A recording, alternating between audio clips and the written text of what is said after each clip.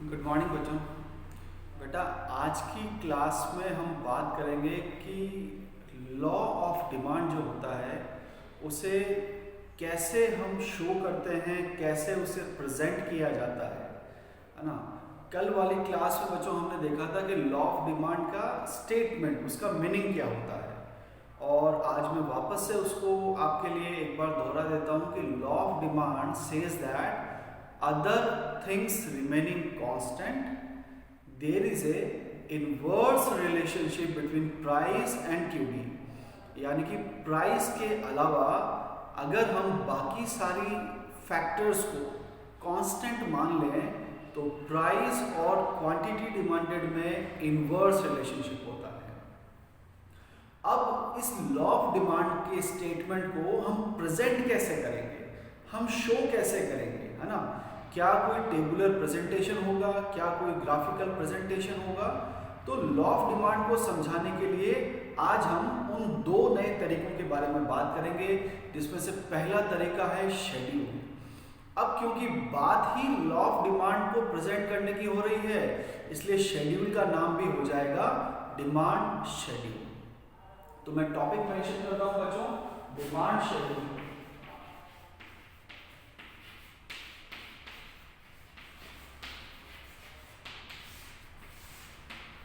अब जैसा कि आप जानते हैं बच्चों, इसके पहले कि शेड्यूल बेसिकली होता क्या है, एक तरह की टेबुलर प्रेजेंटेशन है, यानी कि एक टेबुलर प्रेजेंटेशन है जिसमें कुछ इंफॉर्मेशन मेंशन होगी।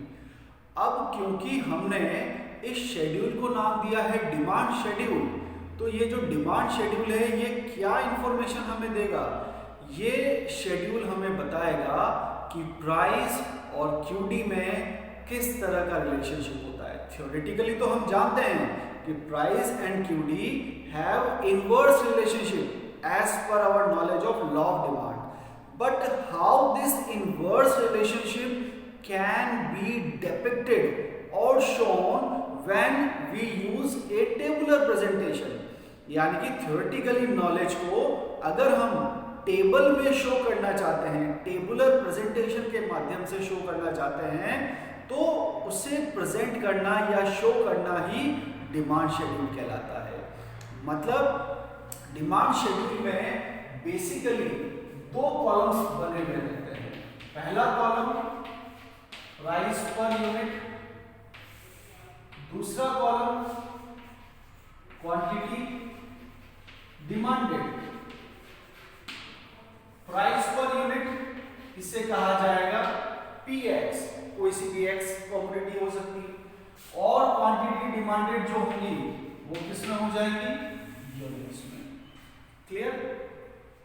अब ये क्या बनाया हमने, एक टेबल का फॉर्मेट दिया, ये दो क्या हो गए कॉलम्स। यानी कि डिमांड शेड्यूल क्या है, डिमांड शेड्यूल एक टेबुलर प्रेजेंटेशन है जो क्या शो कर रहा है, showing the inverse relationship between price and quantity demanded. अब ये तो हो गई डिमांड शेड्यूल की डेफिनेशन। अब इनवर्स रिलेशनशिप को कैसे जजमेंट करेंगे, तो उसके जजमेंट के लिए हमें कुछ यहाँ पर प्राइस की कुछ वैल्यूज लिखनी पड़ेगी और इनवर्स रिलेशनशिप में क्यूडी को मेंशन करना पड़ेगा। जैसे सपोज करिए मैंने यहाँ पर लिखा है 10, 8, 6, 4, डिक्रीजिंग ऑर्डर में लिखिए, यानी कि प्राइस हो रही है डिक्रीज। तो लॉ ऑफ डिमांड हमें क्या सिखाता है, law of demand says that price and QD have inverse relationship. यानी कि अगर प्राइस डिक्रीज हो रही है तो क्यूडी को क्या होना पड़ेगा, इंक्रीज। यानी कि जब मैं क्यूडी के नंबर्स यहां पर लिखूंगा, क्वांटिटी डिमांडेड के नंबर्स लिखूंगा, तो नंबर्स कैसे होने चाहिए बच्चों, इंक्रीज होते हुए। यानी कि जैसे जैसे प्राइस डिक्रीज होती जा रही है वैसे वैसे क्वांटिटी डिमांडेड इंक्रीज होता जा रहा है। यानी कि price decreases, QD increases. Clear बच्चों, समझ में आया। डिमांड शेड्यूल क्या है, it is a tabular presentation which shows inverse relationship between price and QD। Clear, यहां तक कोई दिक्कत नहीं है। अब हम बात करेंगे बच्चों टाइप्स ऑफ डिमांड शेड्यूल के बारे में। यानी कि जो टेबुलर प्रेजेंटेशन है ये कितने तरह का हो सकता है? तो उसका बहुत सीधा सा जवाब है बच्चों कि अगर हम एक व्यक्ति की बात करेंगे, एक कंज्यूमर की बात करेंगे, एक पर्सन की बात करेंगे और उसको लेकर अगर शेड्यूल बनाया जाएगा तो उस शेड्यूल का नाम हो जाएगा, क्योंकि हम एक व्यक्ति, एक पर्सन, एक कंज्यूमर की बात कर रहे हैं तो एक को इंग्लिश में क्या कहेंगे हम? इंडिविजुअल। तो शेड्यूल का नाम हो जाएगा इंडिविजुअल डिमांड शेड्यूल। अगर हम उस मार्केट के सभी कंज्यूमर्स की बात करें, है ना, अगर हम सभी कंज्यूमर्स की डिमांड को एक शेड्यूल के माध्यम से शो करना चाहेंगे तो उस शेड्यूल का नाम हो जाएगा बच्चों market demand schedule. So these are the two types of demand schedule. मैं लिखकर मेंशन करता हूं बच्चों, यहां पर पहले से रब कर देते हैं।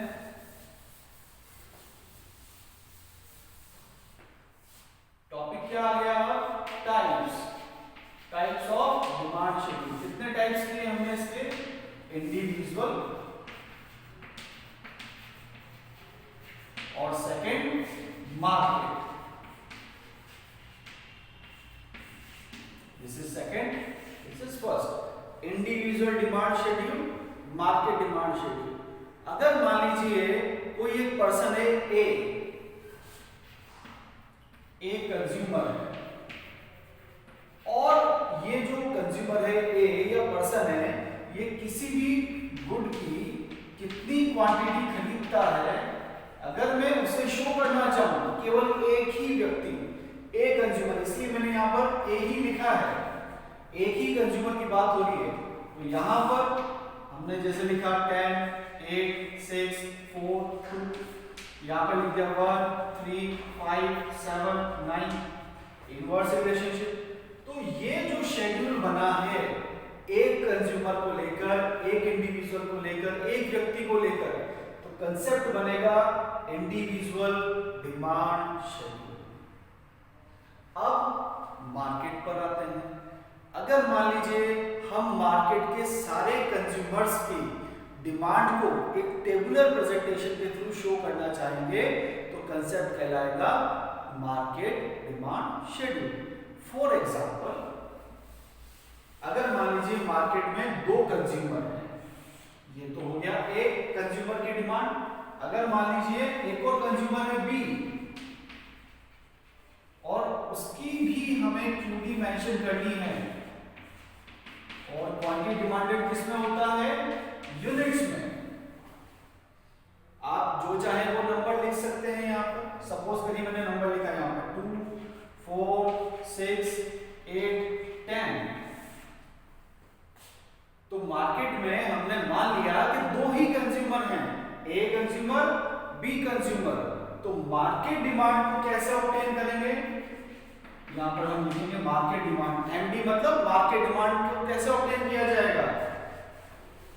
ए प्लस बी, यानी कि ए कंज्यूमर की डिमांड और बी कंज्यूमर की डिमांड को हॉरिजॉन्टली सम अप करेंगे।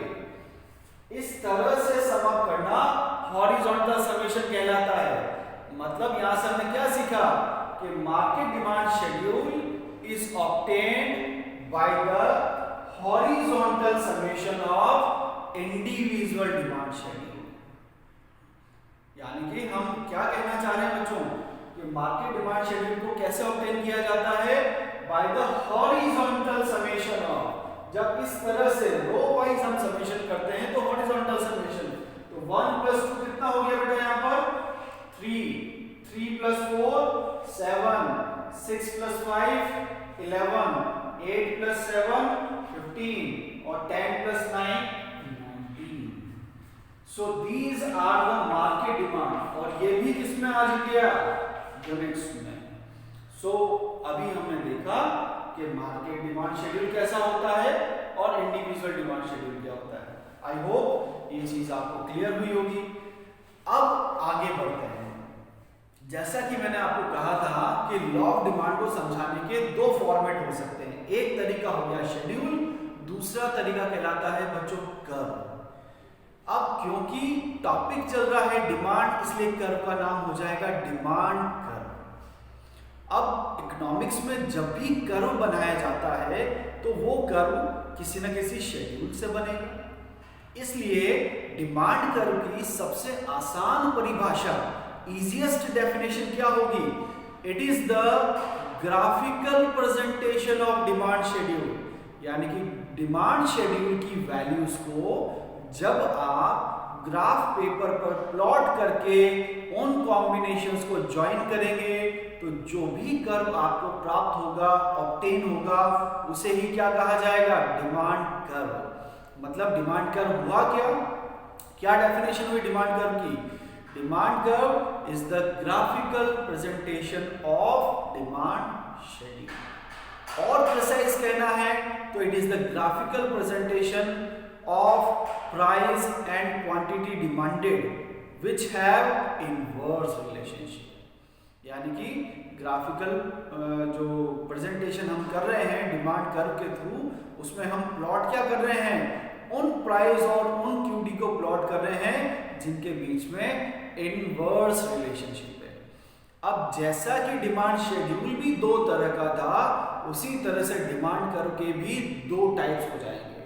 अगर हम इंडिविजुअल डिमांड कर्व को प्लॉट करेंगे तो कर्व कहलाएगा इंडिविजुअल डिमांड कर्व। अगर हम मार्केट डिमांड शेड्यूल को प्लॉट करने जाएंगे तो कर्व का नाम हो जाएगा मार्केट डिमांड कर्व। समझ में आई बात बच्चों? मैं एक की प्लॉटिंग आपको सिखाता हूं, एक आप खुद प्लॉट करिएगा। यानी कि मार्केट डिमांड शेड्यूल आप खुद प्लॉट करेंगे और इंडिविजुअल डिमांड शेड्यूल की प्लॉटिंग करके इंडिविजुअल डिमांड कर्व मैं आपको सिखा देता हूं। पहले इसे रब कर देते हैं यहां से।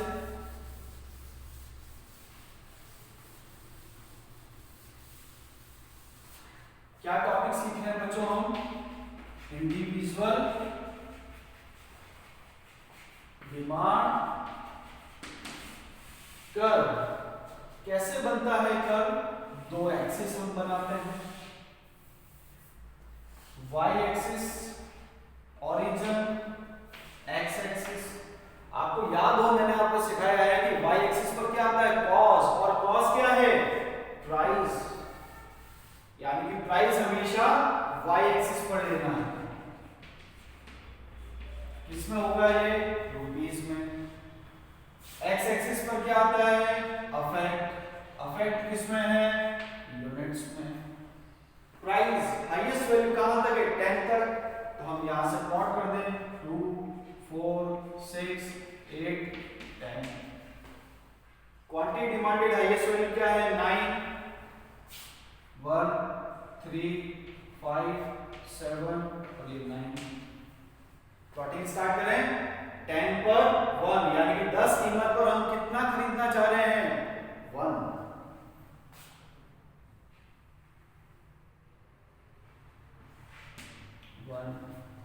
8 पर 3,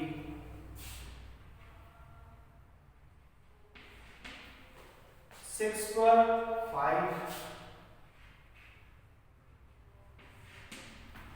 4 पर 7, 4 प्राइस पर 7 यूनिट्स बाय करना चाहते हैं हम। 2 9। अब क्या करना है बच्चों? इन सभी पॉइंट्स को ज्वाइन करना है और दोनों एंड्स पर क्या लिख देना है? डी और डी। यानी कि डी डी जो कर्व बना है ये क्या है? इंडिविजुअल डिमांड कर्व है। क्या आप इसकी शेप बता सकते हैं? कैसी शेप है इसकी? ये पोर्शन कहलाता है लेफ्ट, ये राइट। यानी कि कैसा आ रहा है? Left to right downward sloping curve. यानी कि बाएं से दाएं नीचे की ओर आता हुआ कर्व है ये। अब आपको सिखाया है कि जो भी curve left to right downward होगा उसका स्लोप क्या होगा। अगर आपसे कोई पूछे what is the slope of demand curve, तो हमने स्लोप कैलकुलेट करना सीखा है। स्लोप का बेसिक कंसेप्ट याद करिए क्या होता है बच्चों? स्लोप का बेसिक कंसेप्ट होता है change in vertical component divided by change in horizontal component. Vertical component क्या है यहाँ पर, प्राइस, हॉरिजॉन्टल कंपोनेंट क्या है, क्वांटिटी, यानी कि स्लोप ऑफ डिमांड कर्व हो गया change in price divided by change in quantity. Delta P upon delta Q is the slope of demand curve. तो इन दोनों तरीकों से हमने लॉ ऑफ डिमांड को समझाने की कोशिश की है बच्चों। अब लास्ट में मैं आपको डिमांड एक्चुअली है क्या, डिमांड को हम कैसे समझेंगे। हालांकि मैंने इसके पहले भी आपको सिखाया है डिजायर, वांट और डिमांड और उसके 5 एलिमेंट्स को लेकर, लेकिन डिमांड की एग्जैक्टली डेफिनेशन क्या होती है उसको भी आप ध्यान से सुनिए। So demand is the that quantity of a commodity which a consumer is willing and able to buy at various possible prices during a definite time period। English Hindi में भी सुनिए। डिमांड है क्या, किसी भी कमोडिटी का वह अमाउंट है जिसे कंज्यूमर खरीदने के लिए तैयार भी है, यानी कि विलिंग भी है, और केपेबल भी है, यानी कि सक्षम भी है, उसके पास इतने पैसे भी होने चाहिए। It is that amount of a commodity which a consumer is willing and able to buy at various possible prices. Various possible prices का मतलब क्या है कि 10 रुपए कीमत पर इतना मिलेगा, 8 पर इतना, 6 पर इतना, इसलिए हम कह रहे हैं eight various possible prices during a definite time period, यानी कि समय निश्चित होना चाहिए। ऐसा नहीं है कि 5 साल पहले भी यही कीमत थी और आने वाले 10 साल भी यही कीमत रहेगी, नहीं, आपको एक टाइम पीरियड फिक्स करना पड़ेगा। जैसे हम फाइनेंशियल ईयर फिक्स करते हैं ना, अकाउंट पढ़ते होंगे आप अकाउंटेंसी में कि 1 अप्रैल से 31 मार्च तक एक फाइनेंशियल ईयर होता है, तो एक टाइम पीरियड के लिए आपको ये डिक्लेरेशन देना होगा। तो सम अप करें अगर हम डिमांड की डेफिनेशन का, तो क्या है, it is that quantity of a commodity which a consumer is willing and able to buy at various possible prices during a definite time period is known as demand। तो I hope बच्चों आपको यहाँ तक समझ में आया होगा। अगली क्लास में हम डिस्कस करेंगे डिमांड फंक्शन के बारे में, जहाँ पर हम पढ़ेंगे कि अदर थिंग्स रिमेनिंग कांस्टेंट, वो क्या क्या फैक्टर्स हैं जो डिमांड के ऊपर असर डालते हैं। Thank you so much।